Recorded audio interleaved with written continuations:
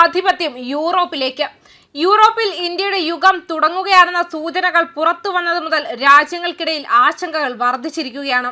India European union സ്വതന്ത്ര വ്യാപാര കരാർ അന്തിമ രൂപം കൈവരിച്ചതോടെ ആഗോള വ്യാപാര ഭൂപടത്തിൽ ഒരു അടിസ്ഥാനപരമായ മാറ്റമാണ് സംഭവിച്ചിരിക്കുന്നത്. എല്ലാ വ്യാപാര കരാറുകളുടെയും മാതാവ് എന്ന വിശേഷണം ലഭിച്ച ഈ കരാർ ഇന്ത്യക്ക് പുതിയ വിപണി വാതിലുകൾ തുറക്കുന്നതിന് പുറമെ വർഷങ്ങളായി ചില രാജ്യങ്ങൾ ആസ്വദിച്ചിരുന്ന അനുകൂലതകളെ പൂർണ്ണമായും പുനഃക്രമീകരിക്കുകയും ചെയ്യുന്നു. പ്രത്യേകിച്ച് യൂറോപ്യൻ വിപണിയെ ആശ്രയിച്ച് മുന്നേറിയിരുന്ന പാകിസ്ഥാൻ പോലുള്ള രാജ്യങ്ങൾക്ക് ഈ കരാർ ശക്തമായ സാമ്പത്തിക യാഥാർത്ഥ്യബോധമാണ് നൽകുന്നത്. യൂറോപ്യൻ യൂണിയനുമായുള്ള ഈ കരാർ ഇന്ത്യക്ക് തന്ത്രപരമായും സാമ്പത്തികമായും വലിയ നേട്ടങ്ങളാണ് നൽകുന്നത്. മുൻപ് യൂറോപ്പിലേക്കുള്ള ഇന്ത്യൻ കയറ്റുമതികൾക്ക്, പ്രത്യേകിച്ച് തുണിത്തരങ്ങൾക്ക്, വസ്ത്രങ്ങൾ, രത്നങ്ങൾ, ആഭരണങ്ങൾ, പാദരക്ഷകൾ തുടങ്ങിയ തൊഴിൽ സാന്ദ്ര മേഖലകളിൽ 10 മുതൽ 12% വരെ തീരുവ ഉണ്ടായിരുന്നതിനാൽ ഇന്ത്യക്ക് മത്സരത്തിൽ പിന്നിലാകേണ്ടി വന്നിരുന്നു.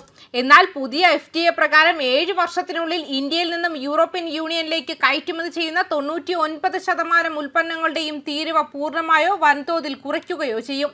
ഇതോടെ ഇന്ത്യയുടെ കയറ്റുമതിക്ക് യൂറോപ്യൻ വിപണിയിൽ തുല്യവും ശക്തവുമായ സ്ഥാനം ലഭിക്കും. ഈ കരാർ ഇന്ത്യക്ക് ലഭിക്കുന്ന സമയപരമായ പ്രാധാന്യവും ശ്രദ്ധേയമാണ്. US പ്രസിഡന്റ് ഡൊണാൾഡ് ട്രംപ് ഇന്ത്യക്കെതിരെ ഉയർന്ന താരിഫുകൾ ഏർപ്പെടുത്തിയ പശ്ചാത്തലത്തിൽ അമേരിക്കൻ വിപണിയിൽ ഉണ്ടായിരുന്ന ചില വെല്ലുവിളികൾക്ക് പകരം യൂറോപ്പ് ഇന്ത്യക്കൊരു സ്ഥിരവും വിശാലവുമായ വിപണിയായി മാറുകയാണ്. തൊഴിൽ കൂടുതൽ ആവശ്യമുള്ള മേഖലകളിൽ ഇന്ത്യക്ക് മത്സരശേഷി വർദ്ധിപ്പിക്കുന്നതോടെ ആഭ്യന്തര ഉൽപാദനത്തിനും തൊഴിലവസരങ്ങൾക്കും ഈ കരാർ നേരിട്ടുള്ള ഗുണം ചെയ്യും. ഇന്ത്യ യൂറോപ്യൻ യൂണിയൻ കരാർ പാകിസ്ഥാനെ അസ്വസ്ഥമാക്കുന്നതിന്റെ പ്രധാന കാരണം വർഷങ്ങളായി യൂറോപ്യൻ വിപണിയിൽ പാകിസ്ഥാൻ ആസ്വദിച്ചിരുന്ന അനുകൂലമായ നിലപാട് ഇനി സ്ഥിരമല്ലെന്ന തിരിച്ചറിവാണ്. Generalised system of preference plus പദവിയുടെ ഭാഗമായി പാകിസ്ഥാനിലെ കയറ്റുമതികൾക്ക് യൂറോപ്യൻ വിപണിയിൽ തീരുവരഹിത പ്രവേശനം ലഭിച്ചിരുന്നു. ഇതിന്റെ ഫലമായി പാകിസ്ഥാന്റെ തുണിത്തര കയറ്റുമതി വലിയ തോതിൽ വർദ്ധിക്കുകയും യൂറോപ്യൻ യൂണിയൻ അതിന്റെ രണ്ടാമത്തെ വലിയ കയറ്റുമതി വിപണിയായി മാറുകയും ചെയ്തു. എന്നാൽ ഈ GSP+ പദവി അടുത്ത വർഷം അവസാനിക്കാനിരിക്കുകയാണ്. അതിന് തുടർച്ചയുണ്ടാകുമോ എന്ന കാര്യത്തിൽ പോലും ഉറപ്പില്ല. ഇതിന്റെ പശ്ചാത്തലത്തിൽ ഇന്ത്യ EU കരാർ പാകിസ്ഥാന്റെ പ്രത്യേക നേട്ടത്തെ സ്വാഭാവികമായി ഇല്ലാതാക്കുകയാണ്. ഇന്ത്യൻ ഉൽപ്പന്നങ്ങൾ യൂറോപ്യൻ വിപണിയിൽ തീരുവരഹിതമായി പ്രവേശിക്കുമ്പോൾ ഗുണമേന്മ, ഉൽപാദനശേഷി, വിതരണ ശൃംഖല തുടങ്ങിയ മേഖലകളിൽ ഇന്ത്യക്ക് ലഭിക്കുന്ന ആധിക്യം നിർണായകമാകും.